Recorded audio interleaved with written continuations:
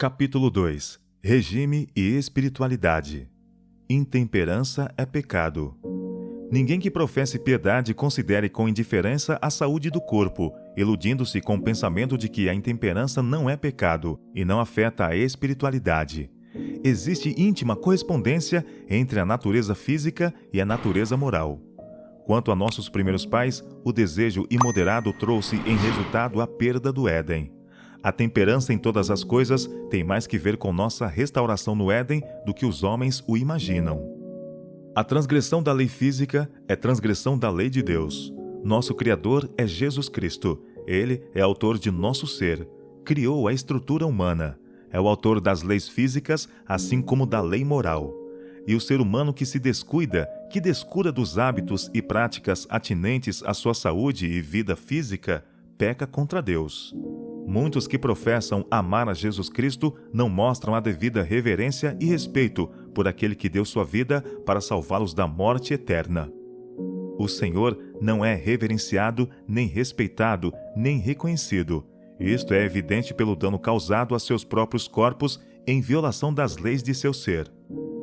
A contínua transgressão das leis da natureza é uma contínua transgressão da lei de Deus. O atual peso de sofrimento e angústia que vemos por toda parte, a atual deformidade, decrepitude, doenças e imbecilidade que agora inundam o mundo, tornam-no, em comparação com o que poderia ser e Deus designou que fosse, um hospital. E a geração atual é débil quanto ao poder mental, moral e físico. Toda esta miséria tem se acumulado geração após geração porque o homem caído transgride a lei de Deus. Pecados da maior magnitudes são cometidos pela condescendência com apetite pervertido. Excessiva tolerância no comer, no beber, no dormir ou contemplar é pecado.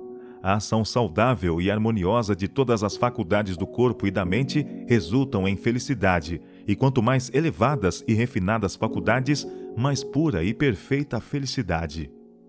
Quando a santificação é impossível. Grande parte de todas as enfermidades que afligem a família humana resulta de seus próprios hábitos errôneos, em virtude de sua voluntária ignorância ou do desprezo pela luz que Deus tem dado em relação às leis do seu ser. Não nos é possível glorificar a Deus enquanto vivemos em violação das leis da vida. Não é possível ao coração manter-se consagrado a Deus enquanto se tolera a concupiscência do apetite. Um corpo enfermo e o intelecto desordenado, em virtude de contínua tolerância para com a ruinosa concupiscência, torna impossível a santificação do corpo e do espírito. O apóstolo compreendia a importância das condições saudáveis do corpo para a bem-sucedida perfeição do caráter cristão. Diz ele: "Mas esmurro o meu corpo e o reduzo à escravidão, para que, tendo pregado a outros, não venha eu mesmo a ser desqualificado." Ele menciona os frutos do Espírito, entre os quais está a temperança. Os que são de Cristo crucificaram a carne com os seus vícios. Ignorância voluntária agrava o pecado. É um dever saber como preservar o corpo na melhor condição de saúde, e é dever sagrado viver à altura da luz que Deus graciosamente tem dado. Se fecharmos os olhos à luz pelo temor de ver os erros que não desejamos abandonar, nossos pecados não são por isto amenizados, mas agravados. Se a luz é evitada num caso, será desconsiderada noutro. Tão pecado é violar as leis de nosso ser como quebrar um dos 10 mandamentos, pois não podemos, num caso, como no outro, deixar de quebrantar a lei de Deus. Não podemos amar o Senhor de todo o nosso coração, de toda a nossa alma e de todo o nosso entendimento e com todas as nossas forças, enquanto estivermos amando nosso apetite, nossos gostos, mais do que amamos o Senhor. Estamos diariamente reduzindo nossa força para glorificar a Deus, quando é certo que Ele reclama toda a nossa força, todo o nosso entendimento. Mediante nossos hábitos errôneos, estamos debilitando o sustentáculo de nossa vida e, no entanto, professando ser seguidores de Cristo, preparando-nos para o toque final da imortalidade. Meu irmão e minha irmã, tendes uma obra a fazer que ninguém pode fazer por vós. Despertai de vossa letargia, e Cristo vos dará vida. Mudai vosso modo de viver, de comer e de beber, e vosso sistema de trabalho. Enquanto continuardes no caminho que tendes seguido por anos, não podereis discernir com clareza coisas eternas e sagradas. Vossas sensibilidades estão embotadas e vosso intelecto obscurecido. Não tendes estado a crescer em graça e no conhecimento da verdade, como é vosso privilégio. Não tendes crescido em espírito, mas aumentando em trevas. O homem foi o ato que coroou a criação de Deus, feito à imagem de Deus e destinado a ser uma réplica de Deus. O homem é muito caro a Deus, pois foi formado segundo a sua imagem.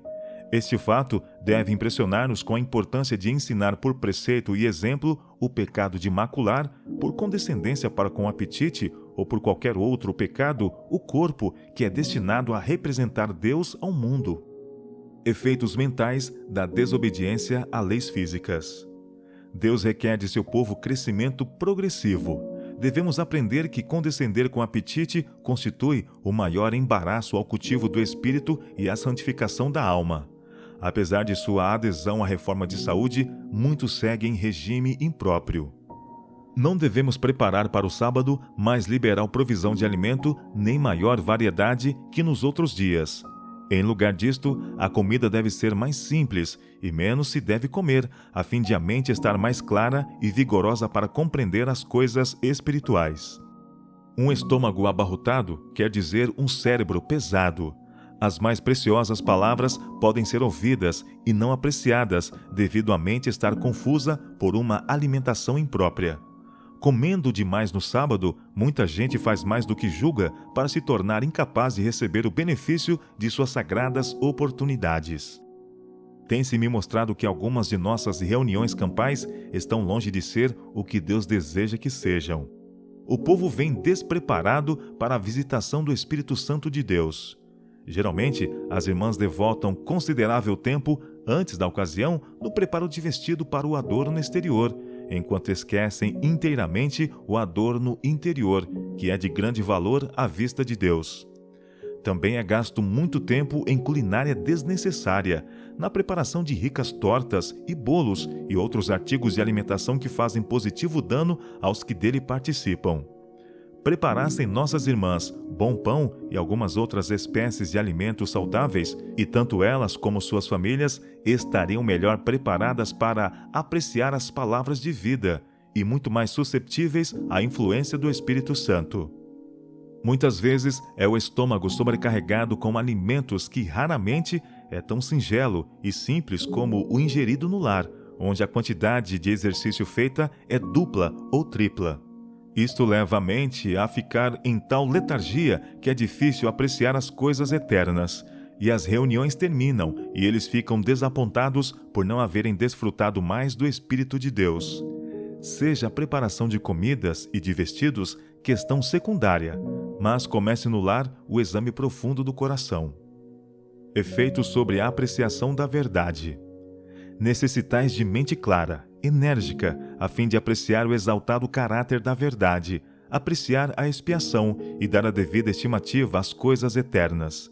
Se seguis uma errônea direção e condescendeis com errados hábitos no regime alimentar, enfraquecendo assim as energias mentais, não dareis a salvação e a vida eterna aquele alto apreço que vos inspirará a pôr a vida em conformidade com a vida de Cristo.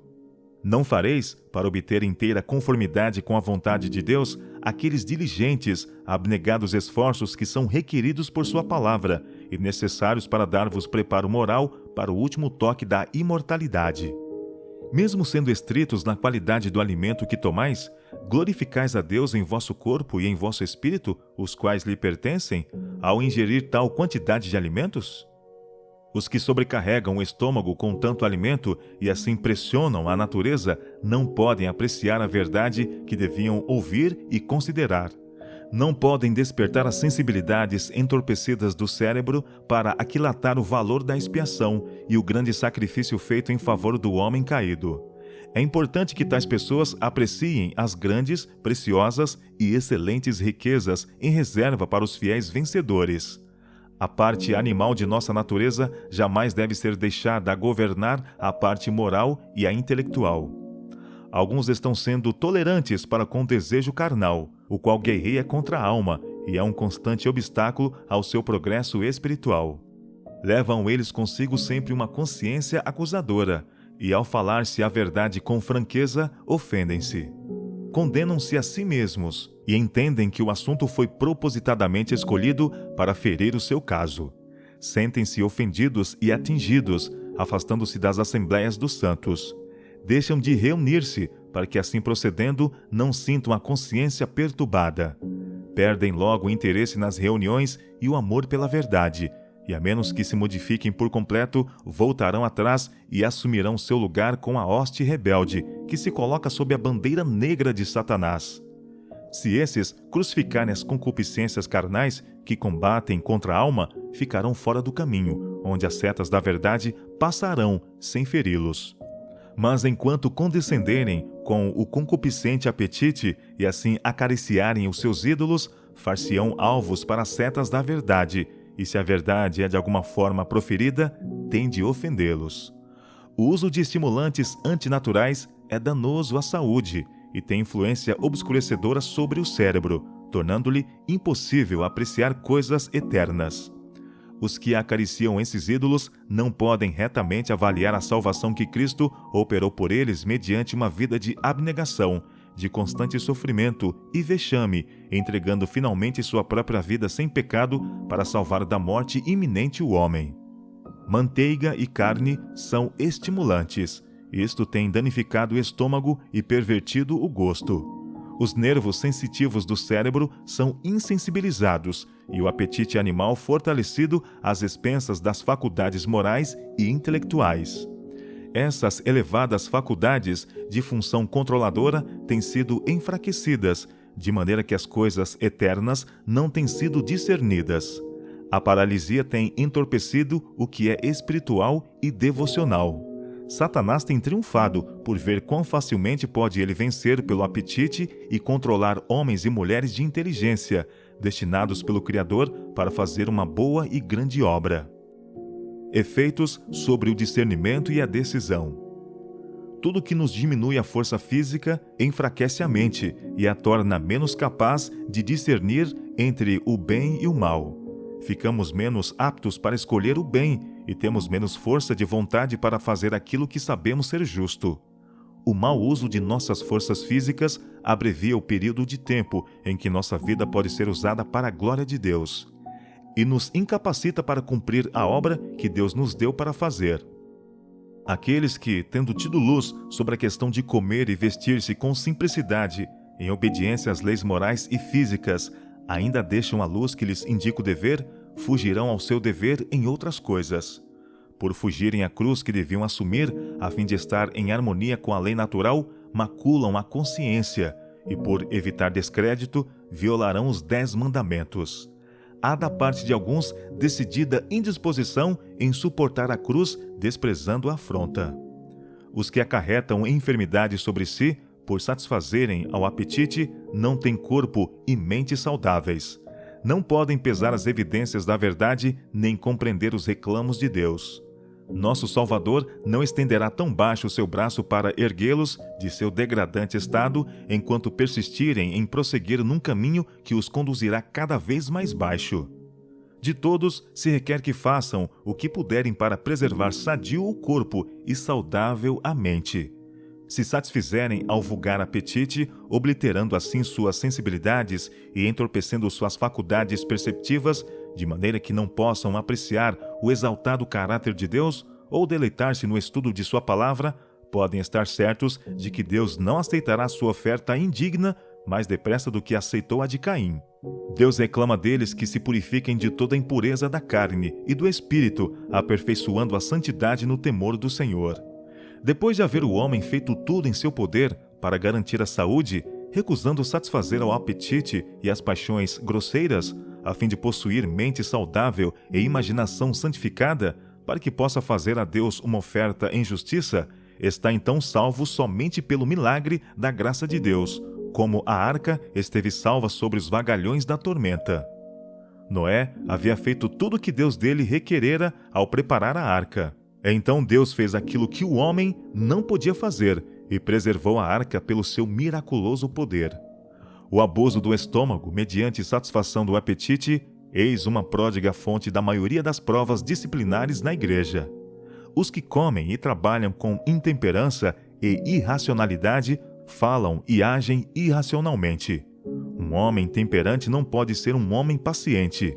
Não é necessário ingerir bebidas alcoólicas para ser intemperante.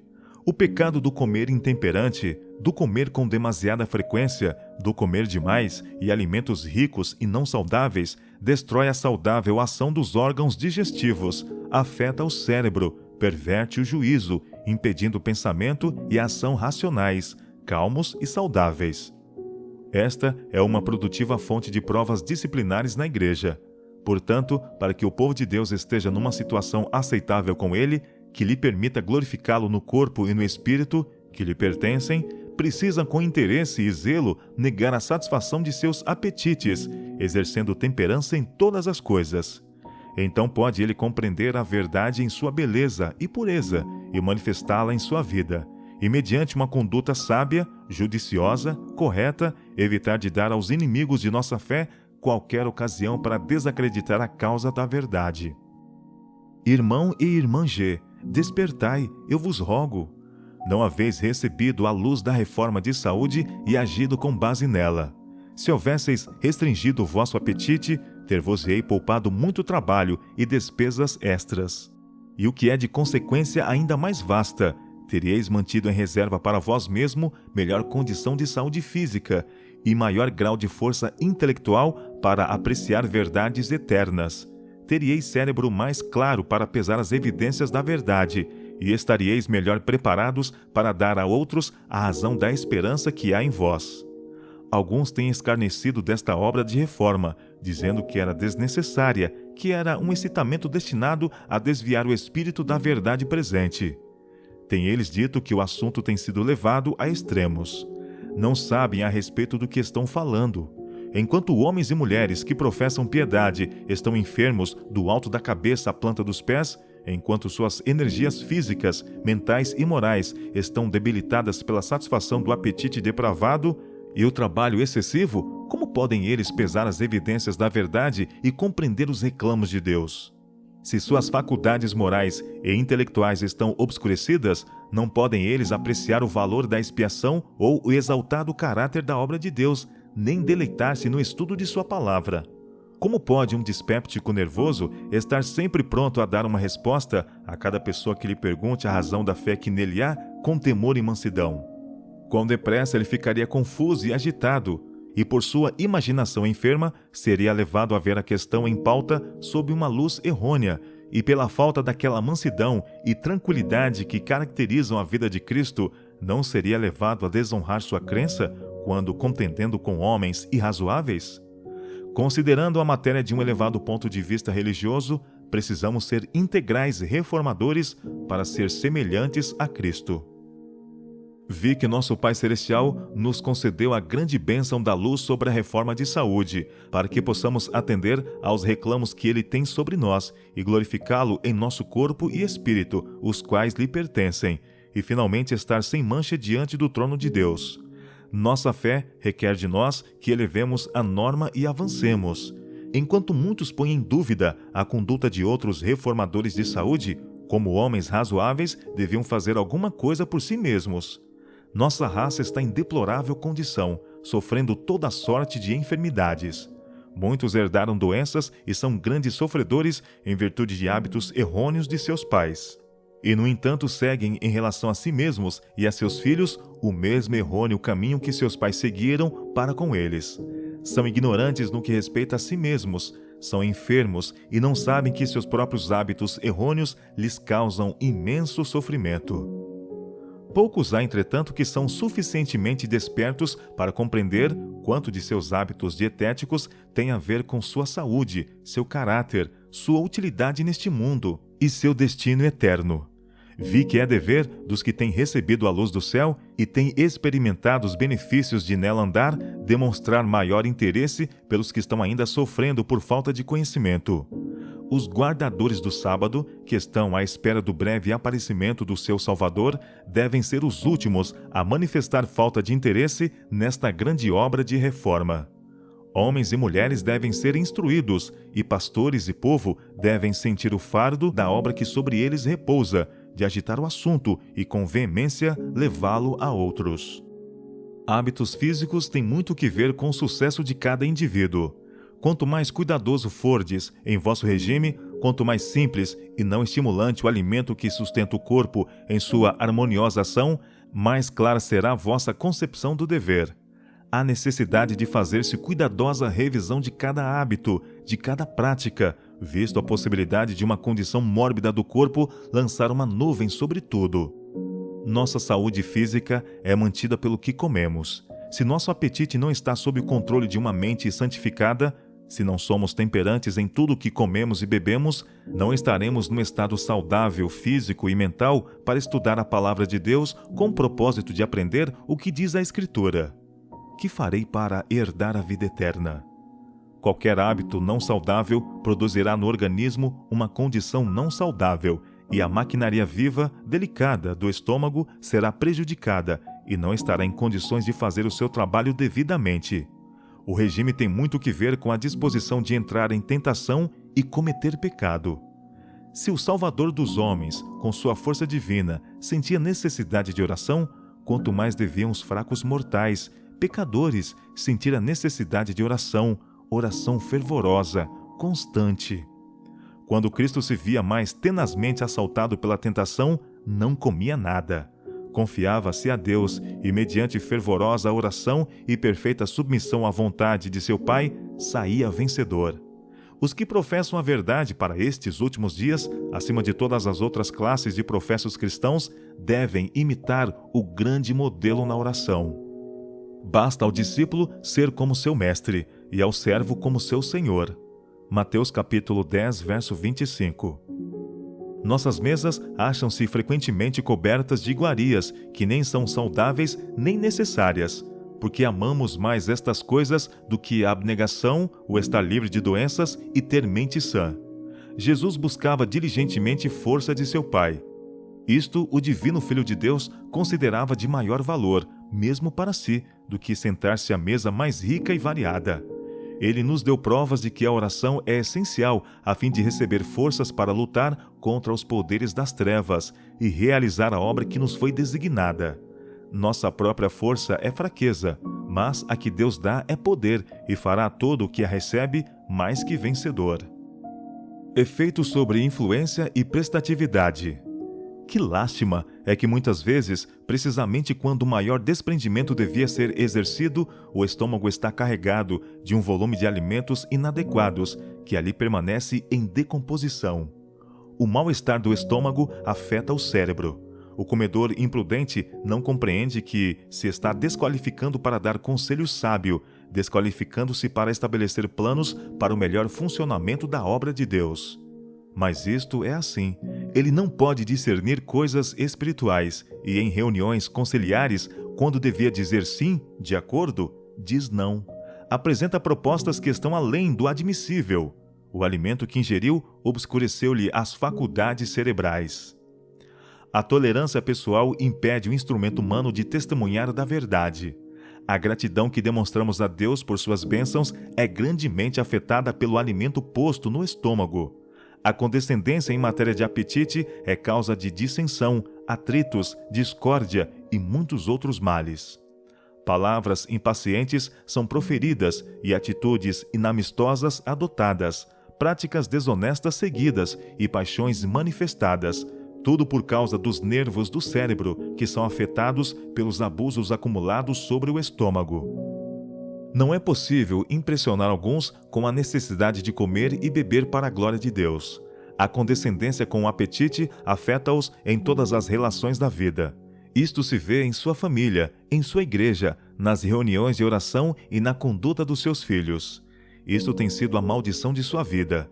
Não conseguireis fazê-los entender as verdades para estes últimos dias. Deus prodigamente proveu sustento e felicidade para todas as suas criaturas, e se suas leis nunca fossem violadas e todos agissem em harmonia com a divina vontade, em lugar de infelicidade e males contínuos, ver-se-iam saúde, paz e felicidade. O Redentor do mundo sabia que a condescendência com o apetite traria debilidade física, adormecendo órgãos perceptivos de maneira que se não discerniriam as coisas sagradas e eternas. Cristo sabia que o mundo estava entregue à glutonaria e que isto perverteria as faculdades morais. Se a condescendência com o apetite era tão forte sobre a raça humana que, para derribar-lhe o poder, foi exigido do Divino Filho que jejuasse por cerca de 6 semanas em favor do homem, que obra se acha diante do cristão a fim de ele poder vencer da maneira por que Cristo venceu? A força da tentação para satisfazer o apetite pervertido só pode ser avaliada em face da inexprimível agonia de Cristo naquele prolongado jejum no deserto. Cristo sabia que, para com êxito levar avante o plano da salvação, precisava começar a obra redentora do homem exatamente onde começara a ruína. Adão caiu pela condescendência com o apetite. Para que no homem ficasse gravadas suas obrigações quanto a obedecer à lei de Deus, Cristo começou sua obra de redenção reformando os hábitos físicos do próprio homem. O declínio da virtude e a degeneração da raça são principalmente atribuíveis à satisfação do apetite pervertido. Responsabilidades especiais e tentações dos pastores. Pesa sobre todos, e em especial sobre os pastores que ensinam a verdade, solene responsabilidade de vencerem o apetite. Muito maior seria sua utilidade caso controlassem os apetites e paixões, e mais vigorosas seriam suas faculdades mentais e energias morais se aliassem o trabalho físico ao exercício mental. Tendo hábitos estritamente temperantes e com a combinação do trabalho muscular e da mente, poderiam realizar soma incomparavelmente maior de labor, conservando a clareza mental. Seguissem eles essa direção e seus pensamentos e palavras fluiriam mais livremente, haveria mais energia em suas práticas religiosas e mais assinaladas seriam as impressões causadas por eles em seus ouvintes. A intemperança no comer, mesmo de comida saudável, exercerá debilitante influência sobre o organismo, embotando as mais vivas e santas emoções. Algumas das pessoas trazem para as reuniões campais alimentos inteiramente impróprios para tais ocasiões, bolos finos e tortas, e uma variedade de pratos que perturbariam a digestão de um trabalhador sadio. Claro está que o melhor é considerado nada bom para o pastor. Então, o povo leva essas coisas à mesa dele, ou convidando-o para sua mesa. Desta maneira, os pastores são tentados a comer demais e alimento prejudicial. Daí não apenas é sua eficiência diminuída na reunião campal, mas muitos se tornam dispépticos. O pastor deve declinar dessa bem-intencionada, porém inadvertida hospitalidade, mesmo com risco de parecer descortês. E o povo devia possuir mais realística bondade para não submetê-lo a tal alternativa. Erram quando tentam o pastor com alimento inadequado. Preciosos talentos têm se perdido para a causa de Deus, e muitos, ainda em vida, são privados de metade do vigor e força de suas faculdades. Os pastores, mais que qualquer outros, devem economizar a força do cérebro e dos nervos. Devem evitar todo alimento ou bebida cuja tendência seja irritar ou excitar os nervos. O excitamento será seguido pela depressão. Excessiva tolerância anuviará a mente e tornará confuso e difícil o pensamento. Ninguém pode tornar-se bem-sucedido obreiro nas coisas espirituais enquanto não observar estrita temperança nos hábitos dietéticos. Deus não pode deixar que seu Espírito Santo repouse sobre os que, embora sabendo que devem comer para ter saúde, persistem numa conduta que enfraquecerá o corpo e a mente. Fazei tudo para a glória de Deus. Por inspiração do Espírito de Deus, Paulo, o apóstolo, escreve que tudo o que fizerdes, mesmo o ato natural de comer ou beber, deve ser feito não para satisfazer ao apetite pervertido, mas sob o senso da responsabilidade de fazer tudo para a glória de Deus. Cada parte do homem deve ser guardada.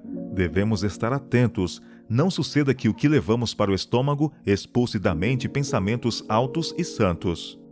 Não tenho o direito de fazer o que desejo? Perguntam alguns, como se estivéssemos procurando privá-los de um grande bem, quando lhes apresentamos a necessidade de comer com inteligência, conformando todos os hábitos com as leis que Deus estabeleceu. Há direitos que pertencem a cada indivíduo. Temos uma individualidade e uma identidade que é nossa própria. Ninguém pode submergir sua identidade na de outrem. Todos precisam agir por si mesmos, de acordo com os ditames de sua própria consciência. Como lembrança do que seja nossa responsabilidade e influência, somos responsáveis diante de Deus como derivando dele a nossa vida. Isto não obtemos da humanidade, mas de Deus unicamente. Somos seus pela criação e pela redenção. Nosso próprio corpo não é nosso, para que o tratemos como desejamos, para que o danifiquemos com hábitos que levam à decadência, tornando impossível render a Deus perfeito serviço.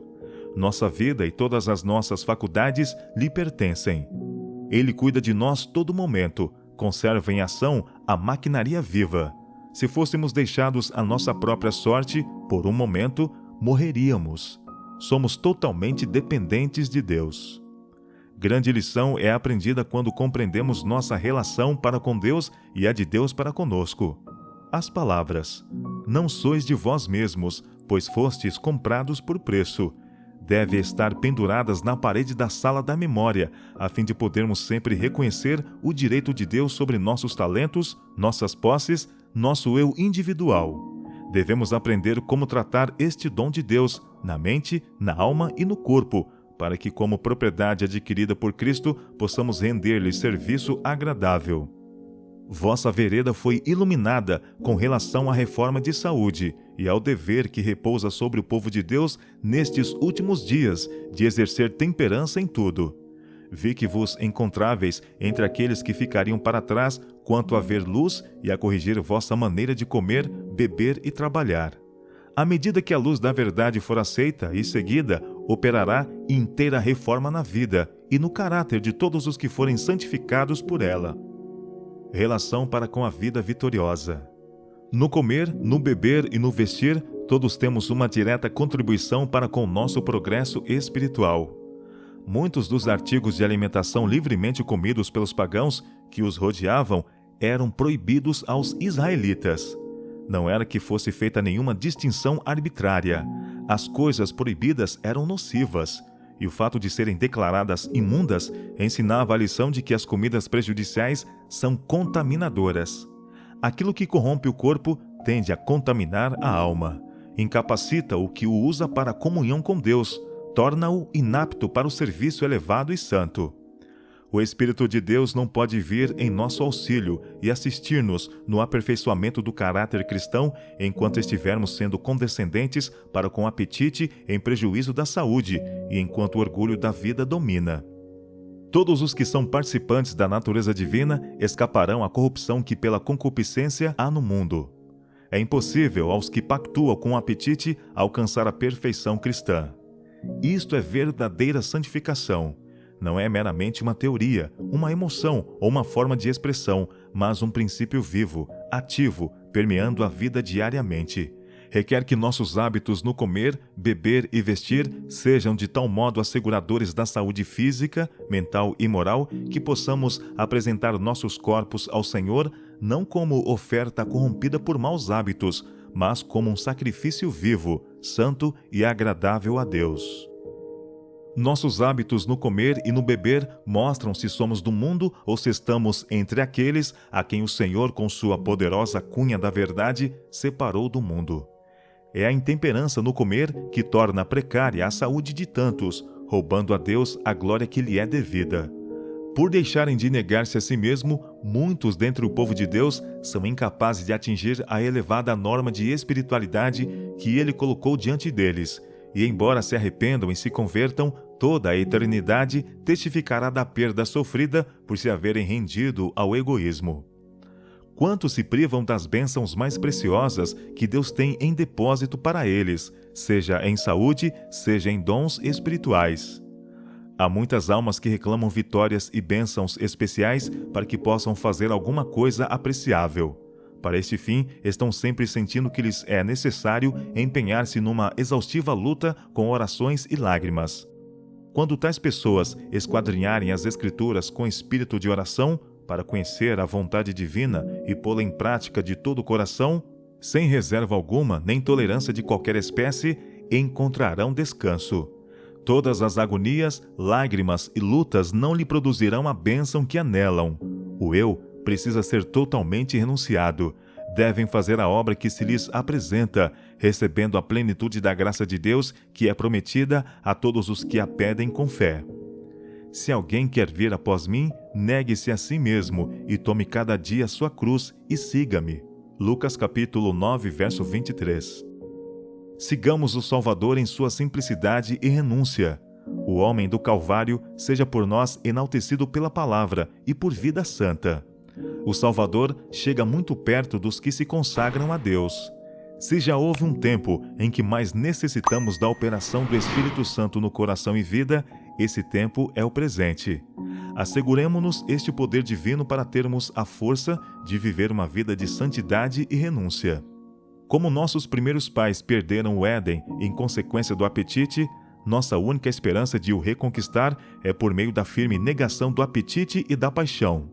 A abstinência no regime alimentar e o controle de todas as paixões preservarão o intelecto e darão vigor mental e moral, habilitando o homem a sujeitar todas as suas inclinações ao domínio das faculdades mais elevadas e a discernir entre o direito e o torto, o sagrado e o comum. Todos quantos têm o verdadeiro senso do sacrifício feito por Cristo em deixar seu lar no céu para vir a este mundo, a fim de, pela sua vida, mostrar ao homem como poderia resistir à tentação, alegremente renunciarão ao próprio eu, preferindo ser participantes dos sofrimentos de Cristo. O temor do Senhor é o princípio da sabedoria. Os que vencem como Cristo venceu precisam guardar-se continuamente contra as tentações de Satanás. O apetite e as paixões devem ser restringidos e postos em sujeição ao domínio de uma consciência esclarecida, para que o intelecto seja equilibrado, claras faculdades de percepção, de maneira que as manobras do inimigo e seus ardis não sejam considerados como a providência de Deus. Muitos desejam a recompensa final e a vitória concedidas aos vencedores, mas não estão dispostos a suportar fadiga, privação e renúncia ao próprio eu, como fez o Redentor.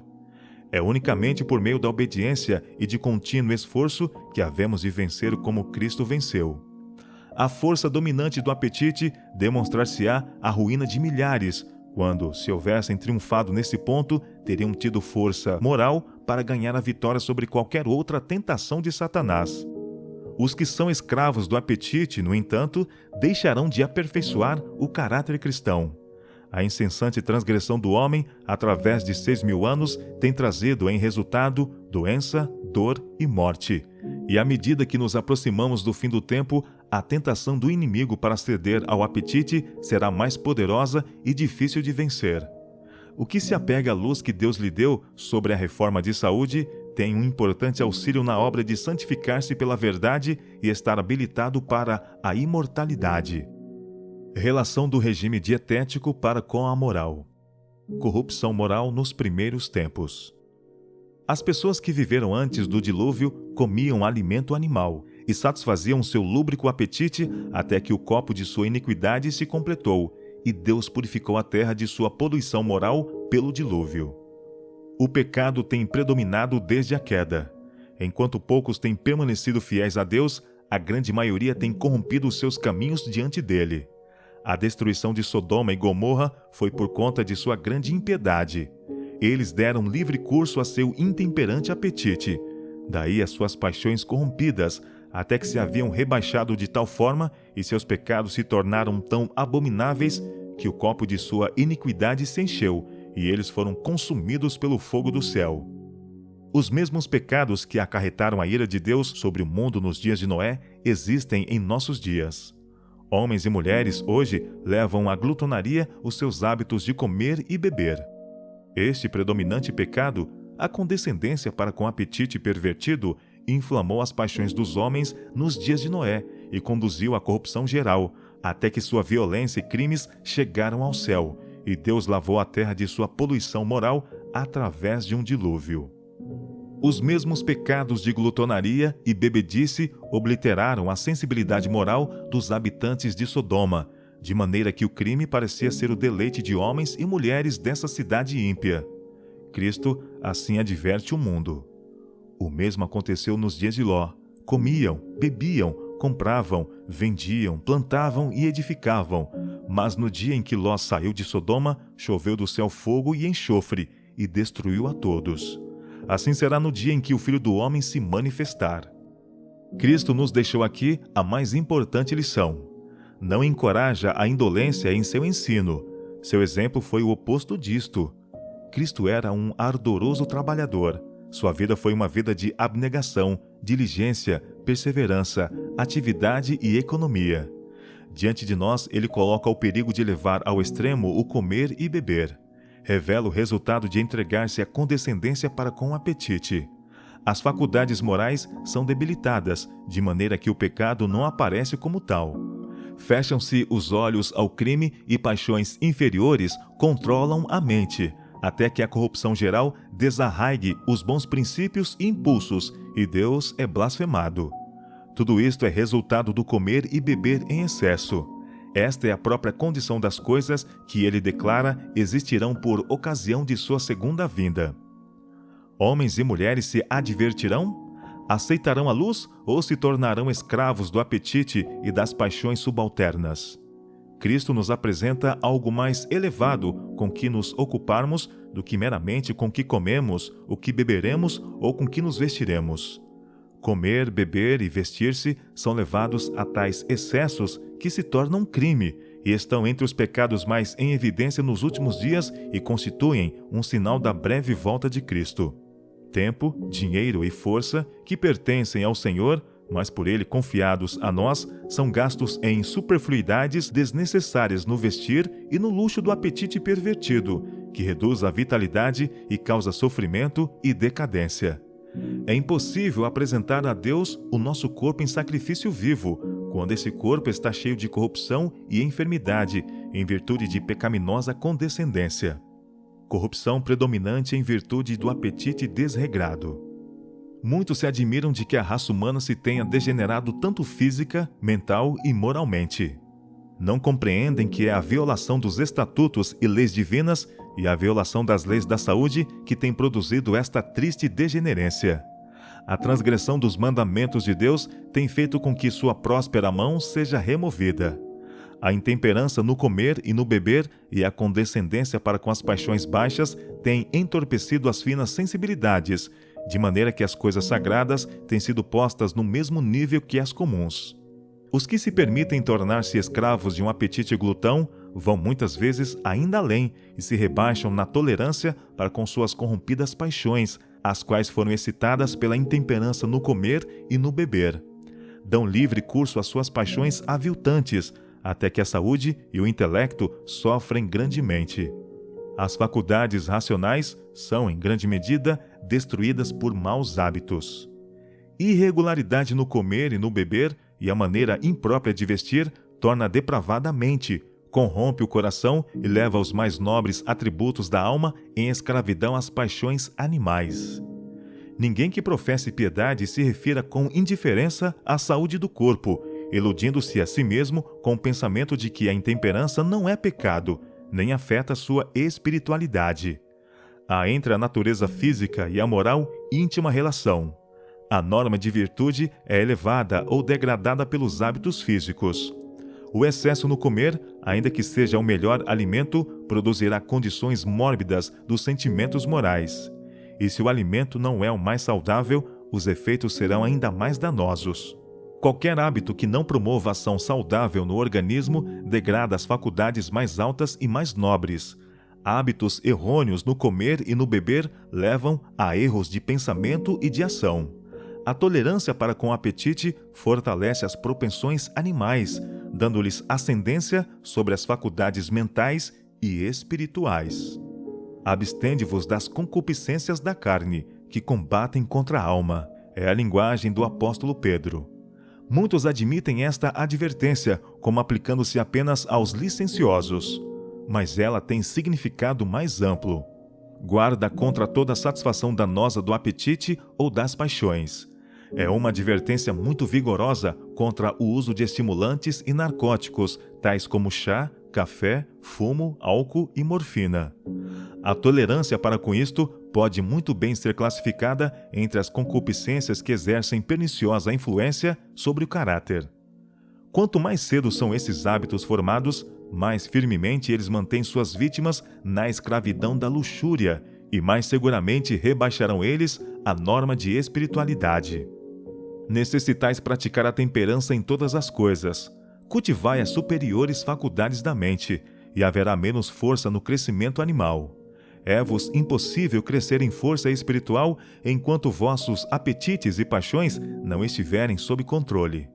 Diz o apóstolo inspirado: esmurro meu corpo e o reduzo à escravidão, para que, tendo pregado a outros, não venha eu mesmo a ser desqualificado.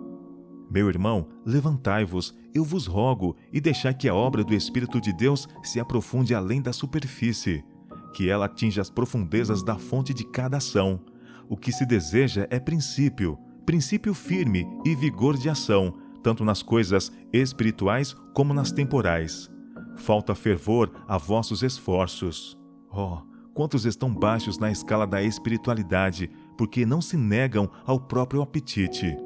A energia nervosa do cérebro é obscurecida e quase paralisada pelo excesso no comer. Quando tais pessoas vão aos sábados à casa de Deus, não conseguem conservar os olhos abertos. Os mais ferventes apelos não logram despertar o seu intelecto inerte, insensível. A verdade pode ser apresentada com profundo sentimento, mas não desperta a sensibilidade moral, nem ilumina o entendimento. Tais pessoas têm procurado glorificar a Deus em todas as coisas? Influência de um regime dietético simples. Se todos quantos professam obedecer à lei de Deus estivessem isentos de iniquidade, minha alma sentir-se-ia aliviada. Não o estão, porém. Mesmo os que professam guardar todos os mandamentos de Deus são culpados do pecado de adultério. Que posso eu dizer que lhes desperte as adormecidas sensibilidades? Os princípios morais, estritamente observados, tornam-se a única salvaguarda da alma. Se jamais houvesse tempo em que o regime alimentar devesse ser da mais simples qualidade, esse tempo é agora. Não devemos pôr carne diante de nossos filhos. Sua influência é excitar e fortalecer as mais baixas paixões, tendo a tendência de amortecer as faculdades morais. Cereais e frutas, preparados sem gordura e no estado mais natural possível, devem ser o alimento para as mesas de todos os que professam estar se preparando para a trasladação ao céu. Quanto menos febricitante o regime, tanto mais facilmente podem as paixões ser dominadas. A satisfação do paladar não deve ser consultada, sem consideração para com a saúde física, intelectual ou moral. A condescendência com as paixões inferiores levará muitíssimos a fechar os olhos à luz, pois temem ver pecados que não estão dispostos a abandonar. Todos podem ver, se quiserem. Caso prefiram as trevas em vez da luz, nem por isso será menor a sua culpa. Por que não leem os homens e mulheres, tornando-se mais versados nessas coisas que tão decididamente afetam sua resistência física, intelectual e moral? Deu-vos Deus uma habitação para que dela cuideis, e a conserveis nas melhores condições para seu serviço e sua glória. A temperança ajuda no controle moral. Vosso alimento não é daquela simples e saudável qualidade que produziria a melhor espécie de sangue. Sangue impuro embota seguramente as faculdades intelectuais e morais, despertando as paixões mais baixas de vossa natureza e fortalecendo-as. Nenhum de vós pode permitir-se um regime febricitante, pois o faria às expensas da saúde do corpo e da prosperidade de sua própria alma e da dos filhos. Colocai sobre a vossa mesa alimentos que sobrecarregam os órgãos digestivos, excitam as paixões animais e debilitam as faculdades morais e intelectuais. Iguarias finas e alimentos cárneos não vos trazem benefício. Admoesto-vos, pelo amor de Cristo, a que ponhais em ordem vossa casa e vosso coração. Que a verdade de origem celestial vos eleve e santifique no corpo, na alma e no espírito. Exorto-vos como peregrinos e forasteiros que sois, a vos absterdes das paixões carnais que fazem guerra contra a alma. Irmão G, vosso hábito alimentar tem a tendência de fortalecer as paixões inferiores. Não controlais o corpo, como é de vosso dever, a fim de aperfeiçoar a santidade no temor de Deus. A temperança no comer deve ser praticada antes que chegueis a ser um homem paciente. O mundo não deve ser regra para nós. É moda condescender com apetite em alimentos finos e estimulantes antinaturais, fortalecendo assim as propensões animais e obstando o crescimento e desenvolvimento das faculdades morais. Nenhum encorajamento é dado a qualquer dos filhos ou filhas de Adão de que podem tornar-se mais que vencedores na luta cristã, a menos que decidam praticar a temperança em todas as coisas. Se fizerem isto, não combaterão como quem combate no ar. Se os cristãos mantiverem o corpo em sujeição e levarem todo o apetite e paixões sob o controle de uma consciência esclarecida, sentindo como uma obrigação devida a Deus e ao próximo o obedecer às leis que governam a saúde e a vida, terão a bênção do vigor físico e mental. Terão força moral para empenhar-se na guerra contra Satanás, e em nome daquele que no benefício deles venceu o apetite, serão mais do que vencedores em seu próprio proveito. Esta luta está aberta a